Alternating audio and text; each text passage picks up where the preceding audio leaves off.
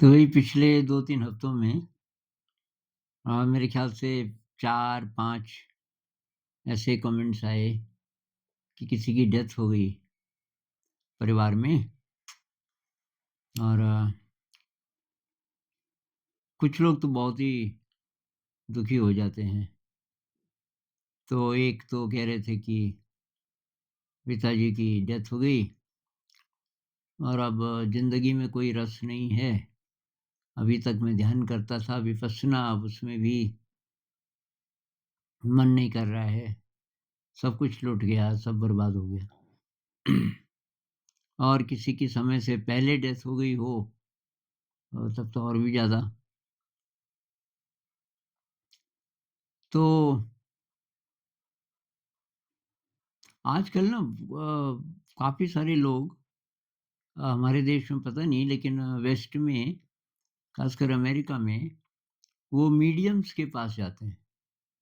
मतलब ऐसे लोग हैं जो आपकी बात करा देते हैं, उनकी आत्मा से कह लीजिए। अभी यार ये झगड़ा नहीं करेंगे कि आत्मा से बात करा देंगे, मतलब क्या आत्मा जन्म लेती है?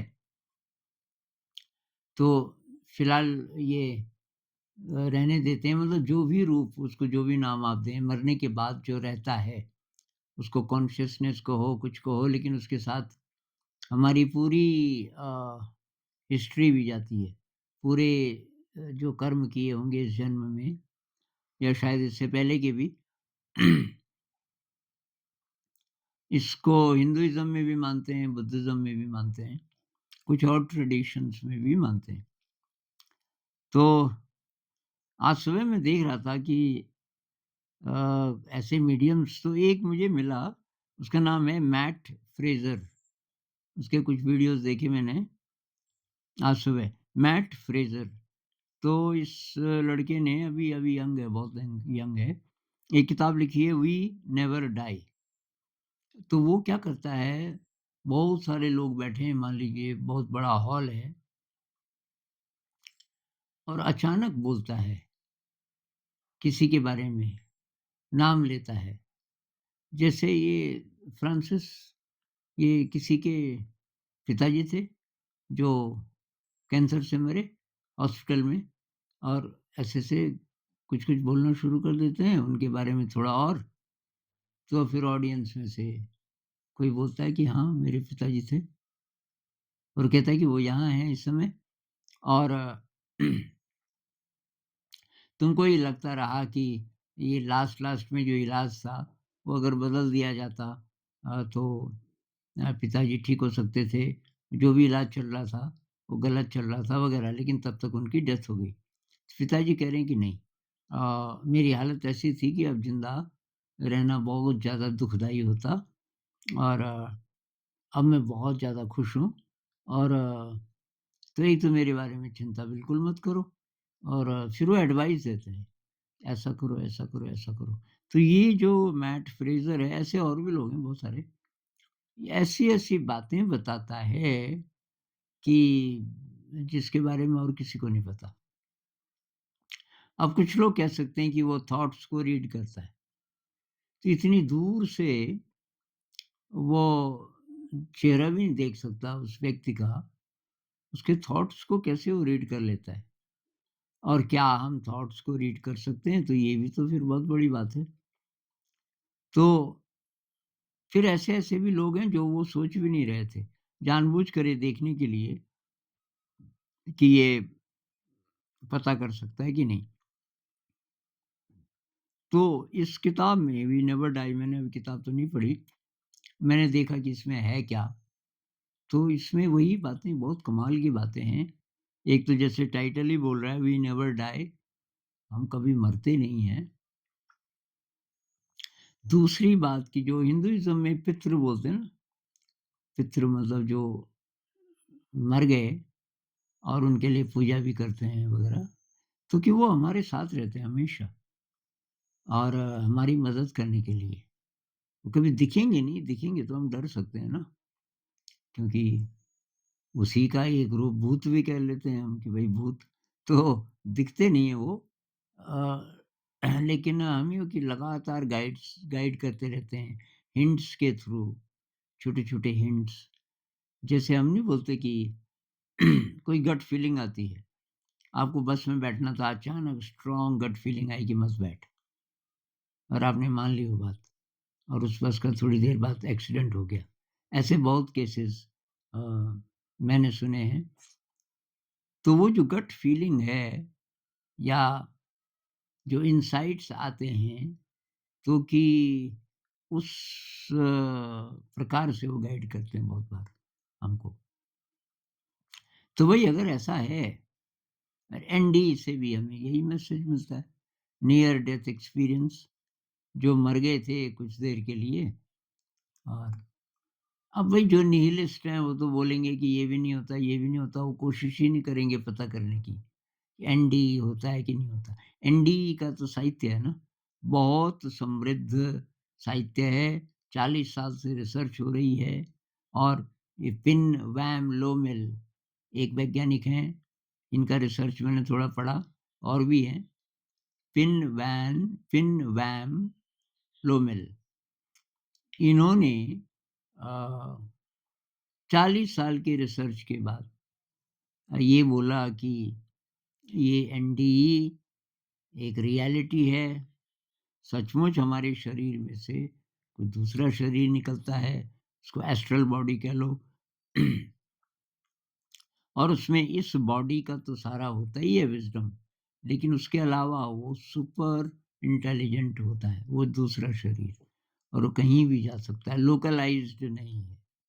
तो वो कहता है कि बेसिकली हम कॉन्शियसनेस हैं, और कुछ देर के लिए इस प्लैनेट पे इस शरीर में आए। बुद्धिज़्म के अनुसार हम मैल धोने के लिए आए, और हिंदुइज़्म में भी यही बात है कि जो गड़बड़ है उसको धोने के लिए आए। लागा चुनरी में दाग हो, जो गाना है ना, दाग लग गया, तो आत्मा पे कैसे दाग लग सकता है? अभी भाषा की बात है, आत्मा नहीं उसको कुछ और कह लो, लेकिन आत्मा भी कह सकते हैं। आत्मा मैली नहीं होती, लेकिन आत्मा के और हमारे जो हमारी इंटेलिजेंस है, जो एक्सेसिबल कॉन्शियस इंटेलिजेंस है, उसके बीच एक मैल की दीवार बन जाती है, जिसके कारण हमारी आत्मा आत्मा कह लो, फिलहाल हायर इंटेलिजेंस कह लो, वो ज़रा छुप जाती है, और भी ज़्यादा छुप जाती है, जितने दुष्कर्म होंगे। जितने अच्छे कर्म होंगे तो मैल ज़रा धुल गई, तो एक्सेसिबल हो जाता है। जो हमारी हायर इंटेलिजेंस है, वो एक्सेसिबल हो जाती है, ऐसा कहते हैं। तो भई जिसकी डेथ हुई उसकी होनी ही थी, उनका पहले से प्लान था। कहते हैं कि जब हम मर जाते हैं, तो उस समय तब हमारे साथ बहुत सारे एंजेल्स कह लो, और हमारे जो जो पहले मर गए हमसे, वो सब की तय करते हैं कि अब की ज़िंदगी कैसी होनी चाहिए, कैसे सर्कमस्टेंसेस होने चाहिए, कितनी देर रहना चाहते हो उस प्लैनेट पे, इत्यादि। तो अब जो दुखी है, किसी बात पे विश्वास नहीं करना चाहता, तो थोड़ा-सा इस डायरेक्शन में सोचो कि आपका फ़ायदा क्या हो रहा है दुखी होने से? दुखी होने से कोई फ़ायदा है? आपको या उस आत्मा को? अगर आप मानते हो कि वो आत्मा है कहीं, तो कहते हैं कि वो आत्मा तो आपकी भलाई चाहती है, उसको कुछ नहीं चाहिए अब। वो तो उसके पास तो शरीर है नहीं ना, कोई रोग नहीं है, कोई विकलांग था, इस शरीर वहाँ जाके विकलांग नहीं है। वहाँ की संपूर्ण उसका शरीर होता है, सब ठीक-ठाक होता है। तो कोई फ़ायदा नहीं है रिग्रेट करके, और अब आप अपनी ज़िंदगी को बनाइए, आपको भी तो जाना है, ज़्यादा दिन थोड़ी है। अब आप जवान भी हो तभी भी 50, 60, 70 साल की ज़िंदगी है। तो अपनी ज़िंदगी को थोड़ा-सा उज्ज्वल करो, और ध्यान करो, और ध्यान में जब शून्यता के क्षण आ जाएँ, जब कुछ नहीं है, आपको शरीर का भी पता नहीं चल रहा, थोड़ी देर के लिए ऐसा होता है बहुत बार। कुछ नहीं है, कोई विचार नहीं है, कोई कल्पना नहीं है, और शरीर भी नहीं है कुछ देर के लिए, सिर्फ़ अवेयरनेस है। उस समय शायद हम कॉन्शियसनेस के साथ हैं, आत्मा के साथ हैं कह सकते हैं। तो भई दुखी नहीं हो ना, जो हुआ सो हुआ और ये भी रिग्रेट होता है ना कि मैं कुछ नहीं कर पाया। अब नानी बोलती रही कि बेटा मुझे थोड़ा देखने के लिए आ जा। अब मैंने सोचा नानी अभी तो मैं गया था पिछले महीने, वो तो ठीक-ठाक है, तो ये ज़रा काम हो जाए पूरा 15 दिन बाद चला जाऊँगा। तब तक नानी की डेथ हो गई। अब आपको ये रिग्रेट हो रहा है कि उस समय नानी अकेली थी, अगर मैं जाता तो मैं नानी को बचा सकता था, कुछ साल और जीती वगैरह-वगैरह। सब बेकार है सोचना। जो हुआ, वो हुआ, वही होना था। और ये सोच के कोई फ़ायदा नहीं क्योंकि आप पास्ट को बदल नहीं सकते। चाहे आपको ऐसा लगता भी है कि आपने ऐसा किया होता तो अच्छा होता, ऐसा किया होता, लेकिन अब वो तो गया, वो क्षण तो गया। इस समय आप कर रहे हो क्या, जो बेस्ट कर सकते हो? आपके इर्द-गिर्द जो लोग हैं, आपके साथ जो लोग हैं, आप जिनको जानते हो, उनके लिए कुछ करो, जो कर सकते हो। और ये पछताना तो छोड़ो, जो गया वो गया।